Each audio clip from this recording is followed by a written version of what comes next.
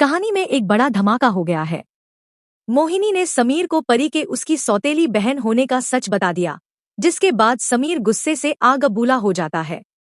वह रिमझिम को खरी खोटी सुनाता है और उसके खिलाफ एक बड़ा फैसला ले लेता है। दरअसल मोहिनी देख लेती है कि अगर ऐसे ही चलता रहा तो परी की वजह से समीर अपने अतीत से नफरत करना छोड़ देगा, और अगर ऐसा हुआ तो वह कभी भी समीर और रिमझिम को अलग नहीं कर पाएगी। इसलिए मोहिनी ठान लेती है कि अब समीर को पूरा सच बताना ही होगा, ताकि वह गुस्से में आकर रिमझिम को महल से निकाल दे। मोहिनी एक पोस्टर पर लिख देती है कि समीर और परी सौतेले भाई बहन हैं। फिर वह उस पोस्टर को एक कपड़े से ढककर महल में रख देती है। जब समीर वहां पहुंचता है और कपड़ा हटाता है तो उसके पैरों तले जमीन खिसक जाती है। पोस्टर पर लिखा सच पढ़कर समीर गुस्से से लाल हो जाता है और जोर जोर से रिमझिम को बुलाने लगता है। समीर की आवाज सुनकर पूरे घर के लोग नीचे इकट्ठा हो जाते हैं। तभी मोहिनी समीर से कहती है कि रिमझिम को सब सच पता था, लेकिन उसने जानबूझकर यह बात उससे छुपाई। वह समीर के अतीत को फिर से उसकी जिंदगी में लाना चाहती थी। यह सुनकर समीर टूट जाता है। वह गुस्से में अपना सिर पकड़ लेता है और रिमझिम से पूछता है कि आखिर उसने ऐसा क्यों किया। समीर कहता है कि जब उसने साफ मना किया था कि उसके अतीत के बारे में कुछ भी जानने की कोशिश न की जाए, तो फिर रिमझिम ने उसकी बात क्यों नहीं मानी। वह यह भी कह देता है कि अगर उसे पहले पता होता कि परी उसकी सौतेली बहन है, तो वह रिमझिम को कभी इस महल में रहने ही नहीं देता।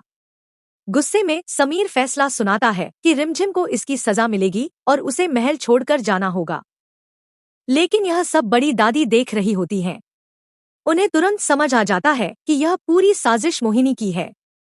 बड़ी दादी गुस्से में मोहिनी से कहती है कि उसकी इतनी हिम्मत कैसे हुई कि उसने समीर को यह सच बताया। वह याद दिलाती है कि रिमझिम की वजह से ही समीर और परी दोस्त बने थे और समीर ने उन्हें बड़ी दादी मानना शुरू किया था। लेकिन मोहिनी की एक गलती ने सब कुछ बर्बाद कर दिया।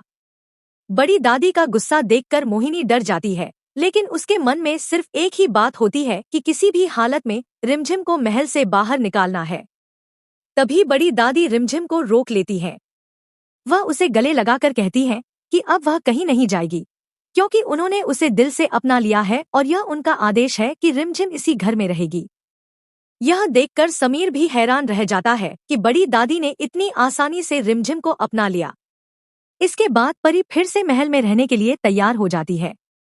लेकिन समीर रिमझिम को साफ चेतावनी देता है कि अगर उसने दोबारा उसकी और परी की दोस्ती करवाने की कोशिश की तो अच्छा नहीं होगा।